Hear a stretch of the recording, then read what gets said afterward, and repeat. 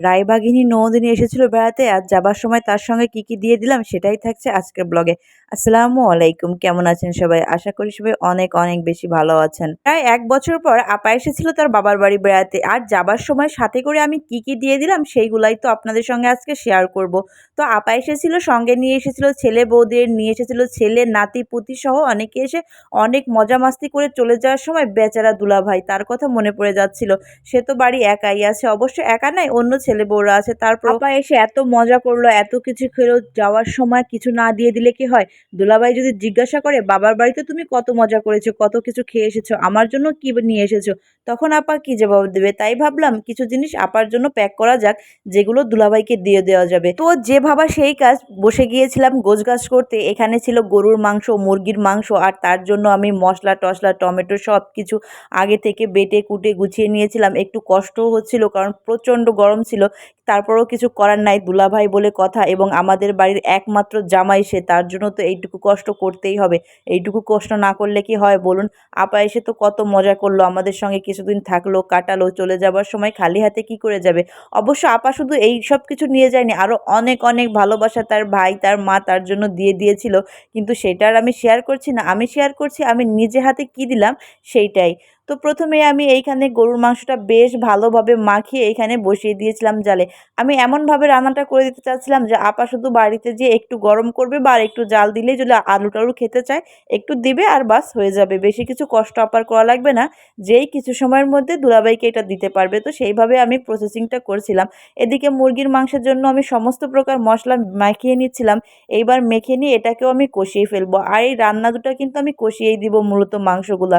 খুব পুরাপুরি রান্না শেষ করে দিব না, কারণ বাড়িতে যে একটুখানি কাজ বাকি থাকবে, মানে একটুখানি কাজ গুছিয়ে দেওয়া আর কি, আর পথে নষ্ট না হয়ে যায় সেই জন্য। চাইলে জিনিসগুলো কাঁচাও দিয়ে দিতে পারতাম, কিন্তু সেটা এতটা ভালোবাসার ছোঁয়া থাকতো না। তাই ভাবলাম যে একটু বেশি করে ভালোবাসা মিশিয়ে দিয়ে দিই। যেহেতু একমাত্র জামাই বলে কথা, একমাত্র দুলাভাই, আমাদের ভালোবাসা কম রাখবো কেন? দেবো যখন ভালোবাসা ভরপুর দিয়েই দিব। তো সেইটাই ভেবে আমি মশলা ঝাল সব কিছু বেশি বেশি করে দিচ্ছিলাম, যে দুলাভাই খাবেন যখন বেশি খাবো, অল্প খাবো কেন? যত প্রকার মশলা আছে ঝাল আছে বেশি বেশি করে দিয়ে দেবো। বছরে একদিন খাবেন আর মনে করবেন তো, ছোট শালার বউ খাইয়েছিল, ও মা সে কি ঝাল হয়েছিল। এটা কিন্তু শুধু মজা করেই বললাম, আপা দুলাভাই কিন্তু আমার কথা অনেক বেশি মনে করে, আর তারা আমাকে অনেক বেশি স্নেহ করে এবং অনেক বেশি ভালোবাসে। বয়সে ধরতে গেলে আমি তার ছেলেদের বয়সী, কিন্তু সেই জন্য তার আমার প্রতি তাদের অন্যরকম একটা ভালোবাসা আছে। আমার শতখুন মাপ হয়ে যায় তাদের সামনে। অনেক বড় বড় ভুল ত্রুটিও তারা খুব ক্ষুদ্রভাবে দেখে হেসে উড়িয়ে দেন। এই জন্য তাদের কাছে আমি আজীবন কৃতজ্ঞ, এবং তাদেরকে আমি অনেক বেশি ভালোবাসি এবং পছন্দ করি এই সব কারণেই। তো ওইদিকে গরুর মাংস বসিয়ে দিয়েছিলাম, আর এইদিকে আমি মুরগির মাংসটাকে কষাচ্ছিলাম। তো মুরগির মাংসটা কিন্তু আমি আগে থেকে কিছু মশলা দিয়ে ম্যারিনেট করে রেখেছিলাম, সেটা তো দেখতেই পেলেন। আর এইবার কষানো মশলার মধ্যে দিয়ে এটাকে ভালোভাবে কষিয়ে নিব। আপনারা কে কীভাবে মুরগির মাংস খেতে পছন্দ করেন অবশ্যই জানাবেন। যে মাংসের গায়ে মশলা মেখে কষানো পছন্দ করেন, নাকি আগে মশলাটা কষিয়ে নিতে পছন্দ করেন, সেটা জানাবেন। আসলে আপা এতদিন থেকে গেল, চলে যাওয়ার সময় মনটা তো একটু খারাপ হয়ে যাবে, কেন জানি না। এই মানুষটা যখন এসে চলে যায় আমার চোখের কোণে একটু পানি এমনিতেই চলে আসে, আমি টের পাই না। খুব বেশি খারাপ লাগে, মনে হয় যদি আমি এনার সঙ্গে কিছুদিন কাটাতে পারতাম বেশি করে, তাহলে খুব ভালো হতো। আসলে আমার দেখা দুনিয়াতে যত সরল মানুষ আছে তার মধ্যে আমার ননদ একজন, এটা আমি গর্ব করে সবার সামনে বলতে পারি, কারণ আমার ননদ অনেক সহজ সরল একটা মানুষ। দুনিয়ার প্যাঁচ গোছ সে তেমন কিছু বোঝে না। আমি এক বাক্যে বলতে পারি সে সবার ভালো চায়। আমার মনে হয় না আমার ননদ কখনো কারো ক্ষতি চেয়েছে। আমার কাছে তার যতটুকু আমি তাকে দেখেছি এত বছরে, 18 বছর তাকে আমি যতটুকু চিনেছি, সে সবাইকে অনেক বেশি ভালোবাসে। কারো উপকার করতে না পারলে নাই, কিন্তু তার কারো ক্ষতি করার চিন্তা সে কল্পনাতেও আনে না। সে এত বড় একজন ভালো মনের মানুষ, আর এই জন্য আমি তাকে আমার মায়ের মতো শ্রদ্ধা করি এবং ভালোবাসি। তাকে আমি এতটা ভালোবাসি, আমি সবার কাছে প্রশংসা করে বলি যে আমার ননদের মতো ননদ হয় না। আসলে বয়সে সে আমার আম্মুরও বড়, তাই তার সঙ্গে কখনো আমার ওই ননদ ভাবির সম্পর্কটা তৈরি হয়নি। মনে হয় যে আমি তার সন্তানের মতো, সে আমার মায়ের মতো বা বড় বোন, এমন কিছুই। কিন্তু কখনো ননদ ভাবির মতো কথা কাটাকাটি, বা অনেকের আছে অনেক ধরনের ঝামেলাপূর্ণ সম্পর্ক, আল্লাহর রহমতে আমাদের কখনো এই ধরনের কোনো সম্পর্ক ছিল না, ইনশাল্লাহ কখনো কোনোদিন হবেও না। যেহেতু আমরা এতটা বছর কোনো প্রকার ঝামেলা ছাড়া কাটিয়ে দিয়েছি, ইনশাল্লাহ আশা করা যায় আগামীতেও আমরা ভালোভাবেই থাকবো। তো দেখতেই পাচ্ছেন এইদিকে আপনাদের সঙ্গে কথা বলতে বলতে আমার মুরগির মাংস কষানো প্রায় শেষ হয়ে এসেছে। আর এগুলা কিন্তু রান্না করে আমার রেখে দিতে হবে ডিপ ফ্রিজে, তো ঠান্ডা করে তারপরে রাখবো গরম গরম তো আর রাখার কোনো উপায় নাই, কারণ গরম গরম রাখলে এটার স্বাদ ঘ্রাণ দুইটাই নষ্ট হয়ে যাবে। আপনারা যারা বেশি দিনের জন্য সংরক্ষণ করতে চান রান্না করা জিনিস, এইভাবে কিন্তু করতে পারেন, কিন্তু একটা বিষয় অবশ্যই মাথায় রাখবেন যে খাবারগুলো যেন ঠান্ডা হয়। আমি এইদিকে এত যোগাযন্ত্র করছিলাম, তার ভাই যোগাযন্ত্র করছিল, আর আপা বারবার করে বলছিল এত কিছু করার প্রয়োজন নাই, এত কিছুর কি দরকার, তোরা এত কেন কষ্ট করছিস, এত কেন ঝামেলা করছিস।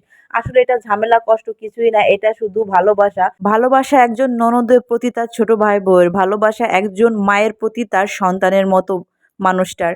তো তার ভাইও তাকে অনেক বেশি ভালোবাসে, আর আমি তো তাকে কতটা ভালোবাসি সেটা তো আপনাদের কাছে বলেই দিলাম, সেটা আর বলার অপেক্ষা রাখে না। আর তাছাড়া আমরা যখন বাবার বাড়ি যাই আমরা তো কত কিছু নিয়ে আসি, কত ভালো লাগে, স্বামীর সামনে আমাদের মুখটা কতখানি বড় হয়, কত গর্ব করে গল্প করে আমরা বলতে পারি, আমরা গর্ববোধ করি বাবার বাড়ি থেকে কিছু দিলে। সেম আমার ননদও যদি এমন করে অনেক কিছু নিয়ে যেতে পারে, তারও মুখটা বড় হবে, সবাই তাকে ভালো বলবে, তারও প্রশংসা করবে, তার বাবার বাড়ির মুখ উজ্জ্বল হবে। কে না চায়, কোন মেয়ে না চায় বলুন যে তার বাবার বাড়ির মুখ স্বামীর বাড়িতে উজ্জ্বল না হোক।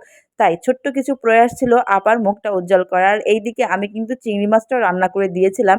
এর ফুল ভিডিওটা আপনাদের সঙ্গে অন্য কোনো দিন শেয়ার করব। তো আশা করি আজকের ব্লগটি আপনাদের কাছে অনেক অনেক বেশি ভালো লেগেছে। আর যার যেখানে যে আত্মীয়স্বজন আছে চেষ্টা করুন প্রয়োজন মতো তাদের পাশে থাকার, প্রয়োজন মতো হক আদায় করার। কখনোই, কারণ একটা বিষয় মনে রাখবেন, হক নষ্টকারীকে আল্লাহ কখনোই পছন্দ করেন না এবং ক্ষমা করেন না। তাই একজন একজনকে ভালোবেসে কিছুটা ছাড় দিয়ে হলেও সম্পর্ক টিকিয়ে রাখুন। একটা বছর মাথায় রাখবেন, বিষয়টা হলো একটা সম্পর্ক ভেঙে যাওয়ার হাজারটা কারণ থাকে, কিন্তু জোড়া লাগানোর একটাই মাত্র কারণ, সেটা হচ্ছে মায়া, মমতা আর ভালোবাসা। এই তিনটার সমন্বয় যদি আপনি ঘটাতে পারেন তাহলে কোনোদিনই কোনো সম্পর্কে বিচ্ছেদ ঘটবে না। আশা করি সব কিছু মিলিয়ে আজকের ভিডিওটি আপনাদের কাছে অনেক বেশি ভালো লেগেছে। আর ভালো যদি লেগে থাকে তাহলে অবশ্যই আগামীতে এমন মজার মজার ভিডিও পেতে রিমি রান্নাঘরের পাশেই থাকবেন। আর পাশে থাকতে গেলে কি করতে হবে সেটা তো আপনাদের জানাই আছে, তাই আর নতুন করে বলে আপনাদের কানে ব্যথা দিলাম না, কারণ আমি এমনিতেই অনেক বেশি বকবক করি, হয়তো আপনাদের কান টান ব্যথা হয়েও যেতে পারে। তো কি আর করা, আজকের মতো এখানেই বিদায় নিচ্ছি। ভালো থাকবেন সবাই, সুস্থ থাকবেন, আল্লাহ হাফেজ।